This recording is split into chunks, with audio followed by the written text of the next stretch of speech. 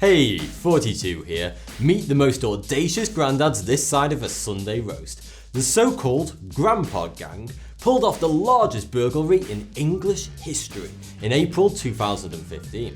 The group of 4 men robbed a safety deposit building in the world-famous Hatton Garden area of London, well known for its jewellery and diamond stores. The gang hobbled away with £40 million worth of diamonds, jewellery and cash. But let's not all get too excited. These weren't your average grandpas who got overly frustrated at bowls and decided to plan a grand larceny out of the blue. Every member of the gang was a seasoned criminal who had a long rap list of armed robberies between them. Hey, with life expectancies rising along with the retirement age, you can't blame them for not wanting to hang it up just yet. The ringleader and mastermind of the plot is a man codenamed Basil. The group originally settled on Mr. Pink, but he was having none of that. Other members of the group were nicknamed Mr. Ginger, Mr. Strong, Mr. Montana, the Gent, the Tall Man and the Old Man. This sounds like a movie just waiting to happen. It was a well-orchestrated, ambitious and daring plan, all thought up by a group of Cockney granddads in a pub in Islington. Seriously though, it's like the cast of Snatch have returned for a reunion 30 years later. The youngest of the group was 48 years old, whilst the rest were in their 50s, 60s and 70s, the eldest being ringleader Brian Reader at 76. Better yet, Brian Reader actually used his senior citizen's bus pass to get to the scene of the crime. You've got to admire these gents' tenacity. It's believed 11 men were involved in the planning of the burglary in total, but only 4 of the men actually carried out the theft. Those 4 also happened to be the eldest and most experienced of the group. So, how did they do it? Well, it was no small feat. The audacious plan was 3 years in the making. To start, the burglary was perfectly timed to take place on the long Easter weekend, a 4-day holiday in the UK. This gave them 4 full days to perform the theft when they knew the safety deposit boxes would not be manned.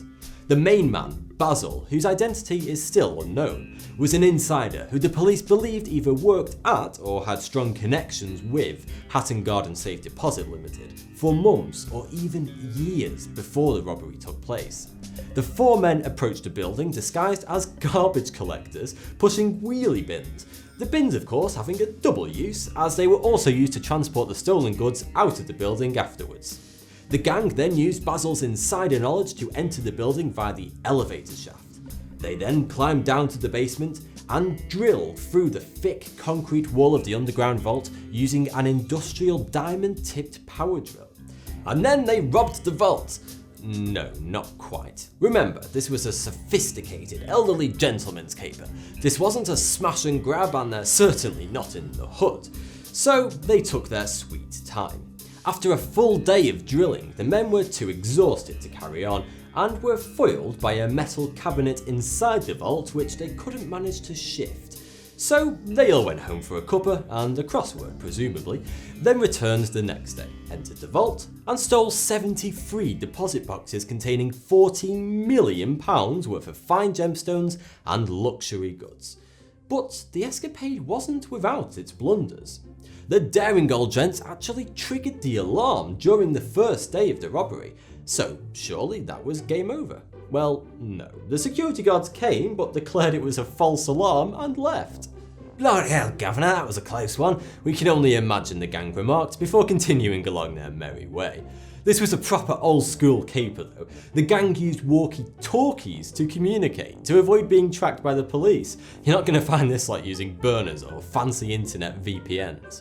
So, what became of this bunch of old timers? Well, the gang may have gotten away with many robberies in the past, but their old age must have caught up to them, as they left a few clues which eventually led to the arrest of all but one individual involved in the robbery. One of the police detective's biggest clues was that gang member Daniel Jones bought a hydraulic pump in a hardware shop in Twickenham, 15 miles from the scene of the crime, but the silly bugger only went and gave his real name and address to the sales assistant. All in all, the gang may have just been a bit out of their depth and out of practice with all the newfangled technology and techniques that the police now use to track down criminals. They were definitely trying to brush up on it all though, as the police found a Forensics for Dummies book in one of the men's apartments. He just couldn't make this stuff up. So, who was the one man who did get away? It was, of course, the infamous, the incredible, the main man at the heart of it all, Basil.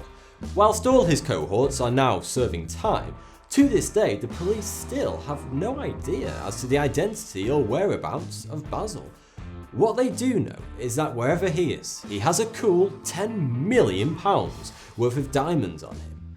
Rumour has it he used his newfound wealth to start a hotel in Torquay with his wife Sybil, but I guess we'll never know. Thanks for watching. Welcome to the weirdest city in Alaska, Whittier. But Whittier is the city that forgot how to city, because it is home to just 220 people, and they all live in one building. Could we actually make Mars into a place where humanity could survive? Could we breathe? Could we grow food? Are there any good bars?